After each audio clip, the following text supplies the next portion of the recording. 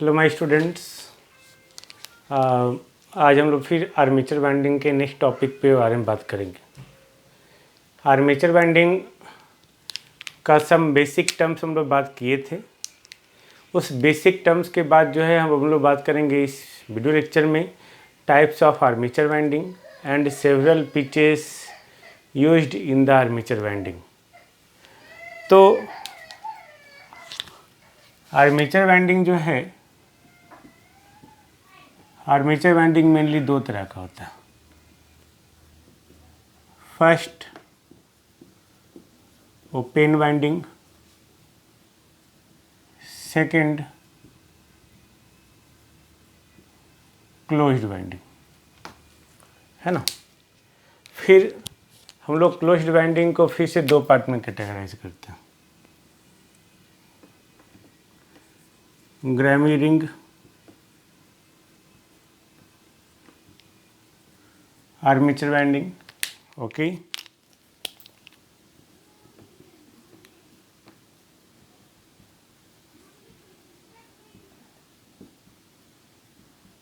Drum type armature winding, है ना। हम लोग ड्रम आर्मेचर वाइंडिंग को भी दो पार्ट में कैटेगराइज करते हैं।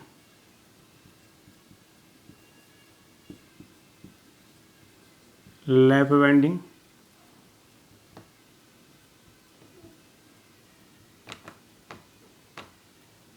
बेव वाइंडिंग। फिर हम लोग लैप वाइंडिंग को भी दो पार्ट में कैटेगराइज करते हैं। Progressive lap winding,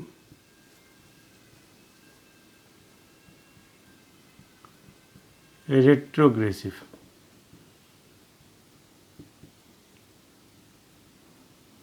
lap winding.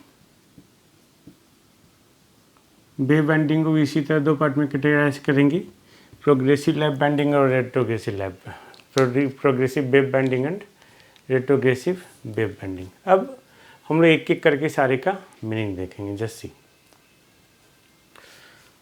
Open winding, नाम है वाइंडिंग ओपन है, बट वाइंडिंग में तो करंट फ्लो करता है, तो करंट फ्लो करने के लिए वाइंडिंग तो ऑलवेज क्लोज होता ही है। Then what do mean by open, यहाँ पे ओपन और क्लोज का मीनिंग क्या है। Then open winding is that winding which doesn't close itself, close तो होना ही होना है।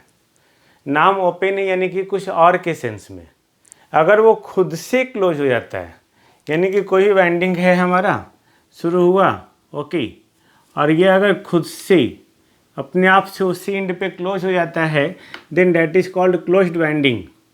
और वही ये खुद से क्लोज नहीं हो कि कोई भी एक्सटर्नल लोड के द्वारा या एक्सटर्नल कंडक्टर के द्वारा क्लोज होता है, बाहरी कंडक्टर के द्वारा, then that is called open winding. यानी कि ये जो क्लोज्ड पाथ फॉर्म कर रहा है, which form the closed path by the external connection, बाहर के कनेक्शन के द्वारा, बाय द एक्सटर्नल कनेक्शन और conducting object like load, load से हम लोग कनेक्ट कर रहे हैं या कोई भी एक्सटर्नल वायर के द्वारा क्लोज कर रहे हैं, then that is called open winding. याद रखेंगे winding always close, but open और क्लोज का जो यहाँ पे मीनिंग है कि वो खुद से क्लोज हो रहा है कि कोई और क्लोज कर रहा है।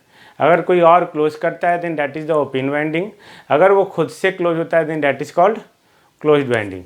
ओके, तो ओपन वाइंडिंग का डिफिनेशन समझ में आ गया।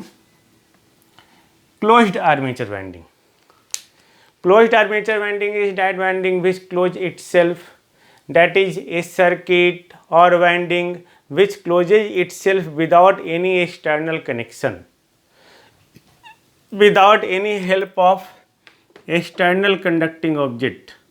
जहाँ से शुरू हुआ अगर वहीं जाके ख़त्म हो रहा है then that is called closed winding, है ना। यही हुआ क्लोज्ड वाइंडिंग कि कोई भी एक्सटर्नल ऑब्जेक्ट के द्वारा, किसी एक्सटर्नल कनेक्शन के द्वारा, लोड के द्वारा वो क्लोज नहीं होना चाहिए। Got it. In close winding, close winding में अगर मान लेते हैं कि हम लोग बोल सकते हैं कि जिस पॉइंट से आप स्टार्ट हुए, ये ट्रेस कर रहे हैं हम लोग इसको, और ट्रेस करने के बाद फिर उसी पॉइंट पे जाके एंड होता है, उसी पॉइंट पे जाके क्लोज होता है, then that is called closed winding. तो याद रखेंगे in the DC connection in the DC machine always employ closed winding, always, यानी कि वहाँ पे ओपन वाइंडिंग नहीं होता। फिर हम लोग पढ़ क्यों रहे हैं open winding? Because in AC machine जो है हम लोग ओपन या क्लोज वाइंडिंग कुछ भी इस्तेमाल करते हैं, okay, depending upon the cases, but usually जो है open windings are used in case of AC machine and closed winding are used, always closed winding are used in the case of DC machine. क्यों? क्योंकि वहाँ पे good commutation of the coil का good commutation हम लोग in order to provide the good commutation of the circuit. अब good commutation होता क्या है तो उसके लिए हम लोग आगे कम्यूटेशन पढ़ेंगे, don't worry, okay. Resistance commutation, EMF commutation, poor commutation, good commutation सब पढ़ेंगे, ओके। बट अभी याद रखेंगे DC machine always uses the closed winding in order to provide the good commutation of the circuit of the coil, okay। now हम लोग ने जो है ओपन वाइंडिंग पढ़ लिया, क्लोज वाइंडिंग पढ़ लिया, हम लोग क्या देखेंगे? Grammy ring winding, okay. नाम जैसा बता रहा है ग्रैमी रिंग, यानी कि हम लोग एक रिंग लेंगे लाइक दिस, सपोज ये रिंग लिए हम लोग, ओके। अब इसमें जो हम लोग वाइंडिंग करेंगे, है ना, तो वाइंडिंग करने का मतलब क्या है? सिंपल, कि अगर कोई भी तार हम लोग ले रहे हैं, सपोज ये तार हम लोग ले रहे हैं, ओके, तो इस तरह से वाइंडिंग कर रहे हैं, इस तरह से, ओके। इसमें लोग घुसा दिए, फिर इसी के थ्रू अंदर घुसेगा, फिर इसी के थ्रू अंदर घुसेगा, that is this one, okay. इस तरह से अगर वाइंडिंग हो रहा है then that is called Gramme ring winding, okay. Now हम लोग बोल सकते हैं it consist of hollow cylinder, okay. एक सिलेंडर है, ये तो हमने रिंग दिखाया, एक सिलेंडर है, okay. It consist of hollow cylinder और ring made up of iron lamination with the insulated wire. जो हम लोग वायर हम लोग वाइंडिंग कर रहे हैं वो इंसुलेटेड है, ओके। इस तरह से सपोज आप देख सकते हैं,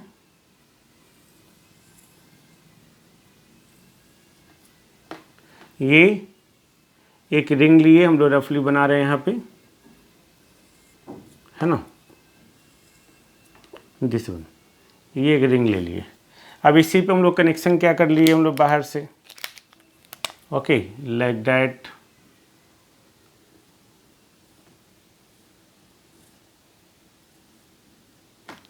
इस तरह से हम लोग कनेक्शन कर लिए,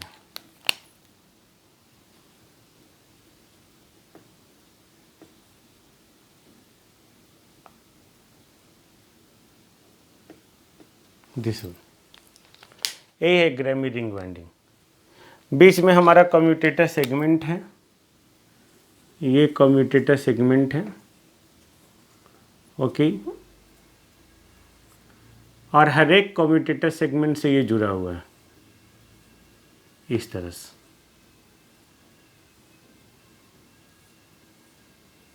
दिस वन,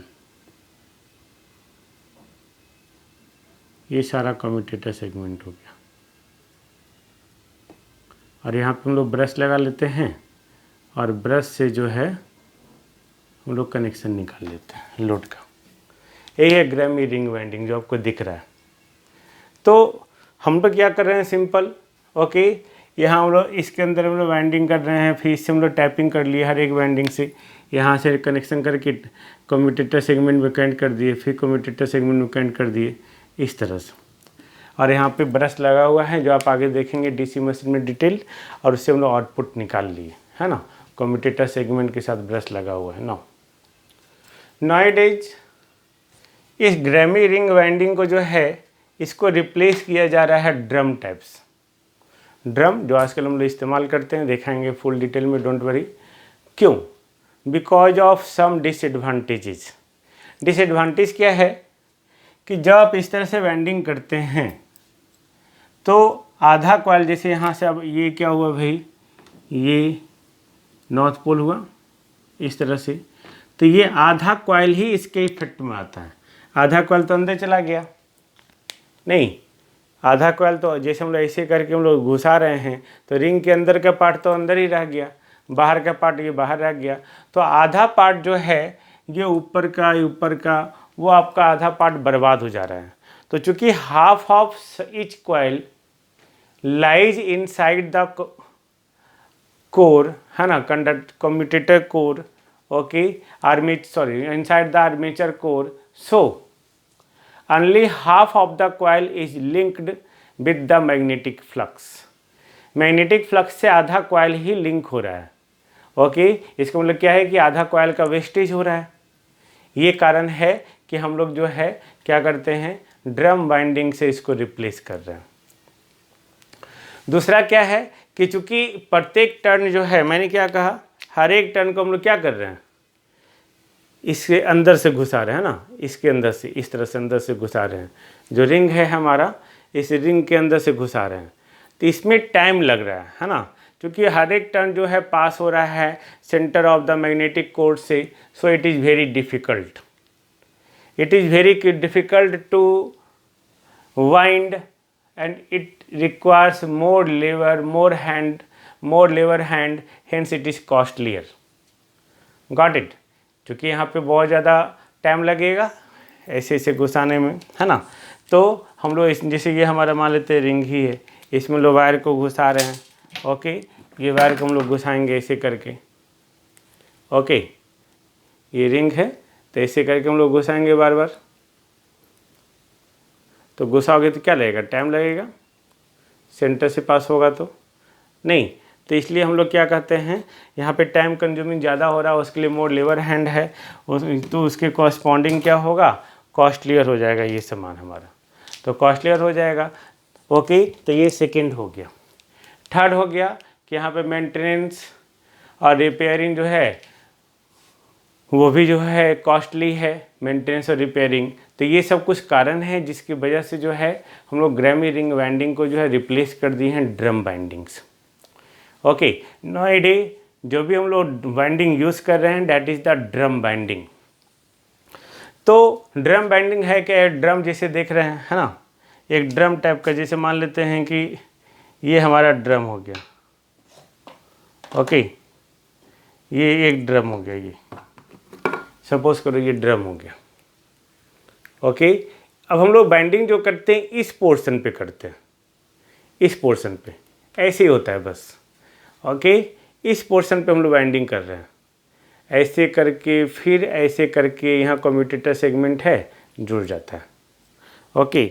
लाइक इस तरह से देखिए, सपोज हाँ ऐसे करके दिस वन, ये कम्यूटेटर है यहाँ जुड़ा हुआ है, ये ओवरहैंग कंडक्टर है, ये कंडक्टर यहाँ नॉर्थ पोल इधर साउथ पोल, ऐसे करके ये ड्रम बाइंडिंग दिख रहा है ना। फिर हम लोग इसको आगे फिर ले चलेंगे ऐसे करके, फिर ऐसे लपेटेंगे, फिर ऐसे करके ले जाएंगे। तो ये हमारा क्या है, ड्रम बाइंडिंग। यानी कि हम लोग क्या किए, एक सिलेंडर ले लिए, ओके, ये सिलेंडर ले लिए और इसी पे स्लॉट बना हुआ है। तो यहाँ पे यानी कि ज़्यादा से ज़्यादा कंडक्टर जो है, ओके, इसके थ्रू पास हो रहा है और ऊपर से हमारा ऐसे नॉर्थ पोल है दिस वन। तो drum winding, in the drum winding conductor are placed along the armature surface. Armature surface के एलोंग कंडक्टर बाइंड होता है। In the drum winding conductors are connected with the overhang conductor, जो हम दिखाए थे diagram आपको, है ना, वही हमारा ड्रम बाइंडिंग है जो अभी तक हम आपको दिखा रहे थे आर्मेचर बाइंडिंग के थ्रू। ये कंडक्टर, ये ओवरहैंग कंडक्टर, ओके, ये पीछे का कंडक्टर और ये हो गया connector commutator segments along the armature surface. ये कंडक्टर यानी कि पूरा आर्मेचर सरफेस ये पूरा इस तरह से ड्रम टाइप का है ना। जैसे ये आपको दिख रहा है, ये ड्रम टाइप का, ये जो आपको है ऐसे दिखेगा फिगर में, क्रॉस सेक्शन, ये स्लॉट, ये तीत, ये स्लॉट, ये तीत, जो गड्ढा पार्ट है वो स्लॉट, उसी में कंडक्टर को हम लोग प्लेस किए हुए, ओके। तो in the drum winding conductor are connected with the overhang conductor. In the drum winding all the copper conductors are active maximum, okay, except overhang conductors और इंड कंडक्टर्स। इसको end conductors कहते हैं ना, this one. और ये overhang conductor.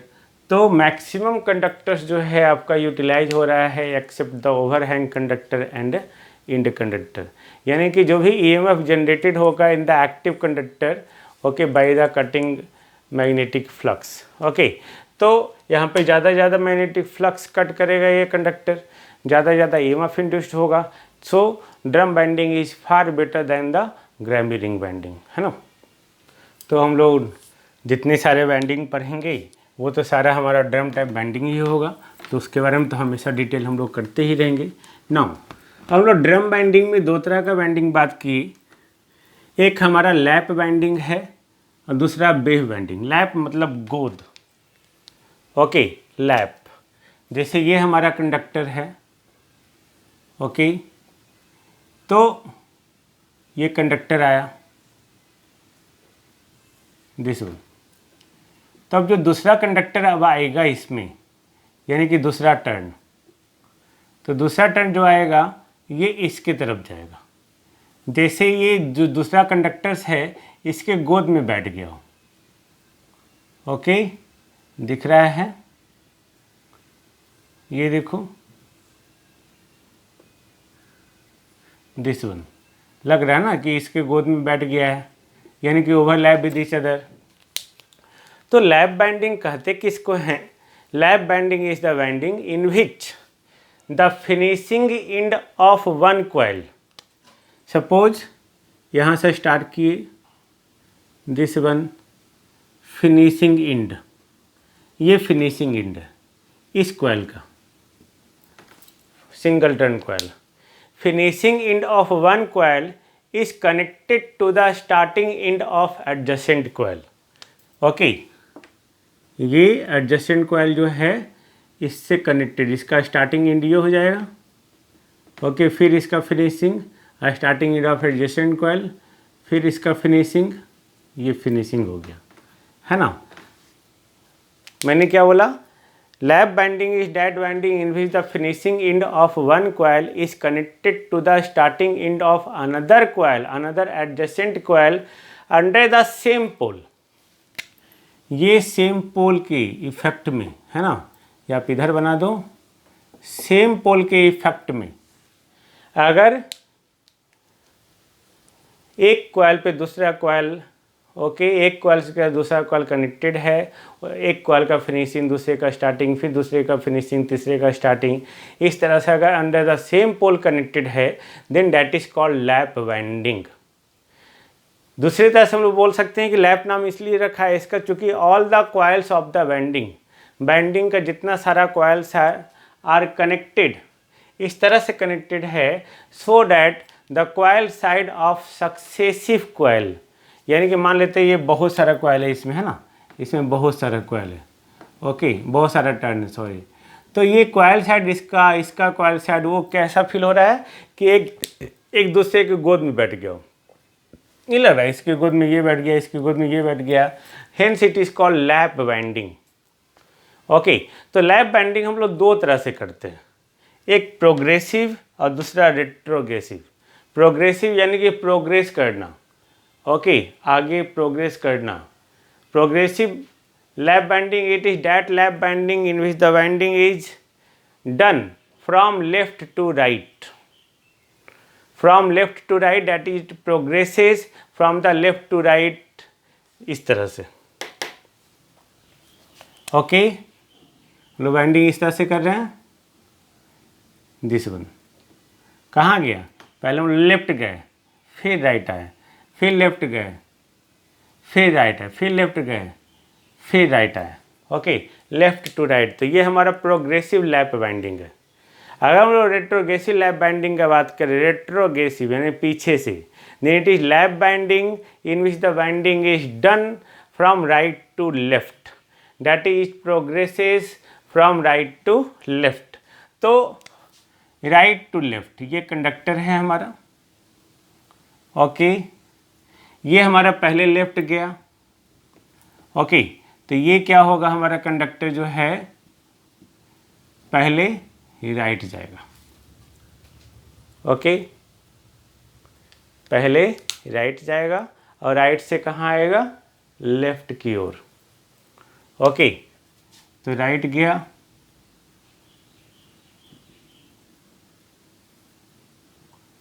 फिर okay right, फिर left, this one, फिर लेफ्ट, दिस वन, ऐसे। ये हमारा क्या हो गया, रेट्रोग्रेसिव लैप वाइंडिंग, है ना, right to left, left right आ गया। ओके, तो ये right to left, right left, complete right फिर लेफ्ट, राइट, यहाँ से स्टार्ट हुआ left right, okay this one, फिर लेफ्ट फिर राइट, इस तरह से। ये हमारा क्या हो गया, progressive lap winding, retrogressive lap winding. Okay, अब यहाँ पे जो बाइंडिंग है आगे जाके अब देखेंगे, back pitch, front pitch, okay don't worry, हम लोग उसमें वहाँ भी देखेंगे। अब हम लोग बात कर रहे हैं वेव बाइंडिंग, है ना, wave winding from right to left, wave winding. तो वेव बाइंडिंग है क्या, वेव की तरह। Then in the lap winding connection is to be done in the back direction. Okay, ऐसे गए फिर लोग बैक आ गए, ऐसे गए फिर बैक आ गए, ऐसे गए फिर बैक आ गए। बट वेव बाइंडिंग हमारा क्या है, वेव बाइंडिंग, वेव हमेशा जो है प्रोग्रेस होता है, यानी कि प्रोपेगेट करता है। ओके, ये है वेव बाइंडिंग। एक बार स्टार्ट हुआ कनेक्शन, बढ़ा फिर बढ़ा फिर बढ़ा फिर बढ़ा, ऐसे करके बढ़ते चला जाएगा। इसी को हम लोग क्या कर रहे हैं, वेव बाइंडिंग। ओके, तो यहाँ पे लैप बाइंडिंग मैंने क्या बोला, back connection is to be done, connection is to be done in back direction, but in the wave binding coil side is not connected in back direction, आगे बढ़ते जा रहा है, but progresses from forward to another coil side. Okay, तो in the wave binding the coil side coil ends of the binding are bent in opposite direction। देखो opposite direction में है, ये same direction, इसी डायरेक्शन में जा रहा है। ओके, ये देखो यहाँ आया फिर उधर बेंट हो गया, नहीं यहाँ आया फिर इधर बेंट हो गया। Okay, bent in opposite direction. Okay, तो ये याद रखेंगे। ओके, तो हम लोग वेव बाइंडिंग जो होता है जनरली जो कम्यूटेटर सेगमेंट होता है यहाँ पे, ये नियरली 2 पोल पिच अपार्ट होता है, यानी कि इन दोनों के बीच का जो डिस्टेंस होगा नियरली 2 पोल पिच होगा, यानी कि 360 डिग्री होगा electrical. Okay, 2 pole pitch apart, है ना, प्रोग्रेसिव, प्रोग्रेस इधर, रेट्रोग्रेसिव बैक डायरेक्शन में, वेव बाइंडिंग यही हो गया। नाउ नेक्स्ट हम लोग देख रहे हैं multiplex binding, multiplex binding. Multiplex binding होता क्या है, तो लैप बाइंडिंग को जो है फर्दर हम लोग क्लासीफाई करते हैं into several types, simplex winding और single winding, duplex winding, triplex winding, quadruplex winding, जिसे उसी को हम लोग कहते हैं मल्टीप्लेक्स बाइंडिंग। तो मल्टीप्लेक्स बाइंडिंग यहाँ पे हम लोग एक कुछ टर्म देखेंगे। तो सबसे पहले हम लोग सिंप्लेक्स या single winding, when A equal to P, A is the parallel path, number of parallel path आपके आगे आपको पता चलेगा, don't worry. A equal to number of parallel path, P equal to number of pole. अगर number of parallel path और number of pole आपस में बराबर हो तब उसको हम लोग कहेंगे सिंप्लेक्स बाइंडिंग। वेव बाइंडिंग भी होता है, डोंट वरी। ओके, तो in the simplex binding, binding occupies continuous slot. Okay, continuous slot and connected to the continuous commutator segment. Got it? Just see. तो मैंने क्या कहा, in the simplex winding A equal to P, लेकिन हम लोग winding कैसे करते हैं? Simplex winding carry the continuous slot, continuous commutator segment, यानी कि ये देखो पहला कॉइल हो गया, फिर दूसरा कॉइल यहीं से स्टार्ट होगा, तीसरा कॉइल यहाँ, चौथा यहाँ, ओके। और ये पहला स्लॉट हो गया, ये दूसरा स्लॉट हो गया, ये तीसरा स्लॉट हो गया, ओके। तब ये सिंप्लेक्स बाइंडिंग है। अगर हम लोग डुप्लेक्स बाइंडिंग करें, डुप्लेक्स बाइंडिंग या डबल बाइंडिंग, ओके, या two simple type winding, two simplex winding, तो ये होता है A = 2P, यानी कि number of parallel path equal to 2 times of the number of pole, यानी कि 2 पोल हुआ तो 4 पैरेलल पाथ, 6 पोल हुआ तो 12 पैरेलल पाथ। इसमें लोग वाइंडिंग कैसे करते हैं? तो ये कंटिन्यूअस कम्यूटेटर सेगमेंट नहीं लेता। अगर पहला यहाँ पे आया तो दूसरा अब यहाँ आएगा, तीसरा इस कम्यूटेटर से, इसको छोड़ के। अगर पहला स्लॉट यहाँ गिरा तब इसमें कंडक्टर नहीं होगा, नेक्स्ट इसमें कंडक्टर होगा, 3 में, फिर 5 में, फिर 7 में, फिर 9 में, एक एक छोड़ के, ओके। अल्टरनेट स्लॉट पे हम लोग कंडक्टर को प्लेस करेंगे, अल्टरनेट कम्यूटेटर सेगमेंट में जाएगा, 1, 3, 5, 7 इस तरह से, ओके। 2 सिंपल वाइंडिंग होगा, ओके। तो पहला अगर हमारा गया 1, 3, 5 में तो दूसरा जाएगा 2, 4, 6 में, ओके। उसी को हम लोग कहते हैं डुप्लेक्स वाइंडिंग, ओके। तो मैक्सिमम जो हमारा डीसी मशीन है they have the duplex winding, okay. अगर हम लोग ट्रिप्लेक्स बात करेंगे तो ठीक उसी तरह जो है A = 3P। अब क्या होगा, ये दूसरे स्लॉट पे जाया था तो ये तीसरे स्लॉट पे जाएगा, तो तीसरे यानी कि अगर पहला कंडक्टर 1 पे तो तीसरा यानी कि ये गया 1 + 2 3, तो ये जाएगा 4th पे, ओके। फिर 7 पे, फिर 10 पे, इसमें क्या हुआ 1, 3, 5, इसमें ये 1 है तो 1, 2, 3 लगातार 1 1 ऐड किए, 1 + 2 3, 3 + 2 5, 1 + 3 4, 4 + 3 7, 7 + 3 10, ओके। अगर मल्टीप्लेक्स हुआ तो A = MP, where M is the multiplicity. M determine करता है कि वो किस तरह का वाइंडिंग है, ओके। अगर नंबर ऑफ पैरेलल पाथ जो है पोल का इक्वल है तो सिंप्लेक्स, 2 टाइम्स है तो डुप्लेक्स, 3 टाइम्स है तो ट्रिप्लेक्स, 4 टाइम्स है क्वाड्रप्लेक्स, गॉट इट। तो हम लोग ऐसा करते क्यों? हम लोग ऐसा करते हैं पैरेलल पाथ को बढ़ाने के लिए, ओके। ये देखो पैरेलल पाथ बढ़ रहा है। अब सोचो ये करंट फ्लो कर रहा है I एक कंडक्टर में, अगर पैरेलल पाथ बढ़ा देंगे तो 2I, दोनों 0 है तो ये 2I होगा। अगर एक और पैरेलल पाथ बढ़ा दिए तो ये क्या हो जाएगा 3I, एक और पैरेलल पाथ बढ़ा दिए तो 4I। तो लैप बाइंडिंग का यूज़ करते हैं हम लोग लो वोल्टेज और हाई करंट के लिए।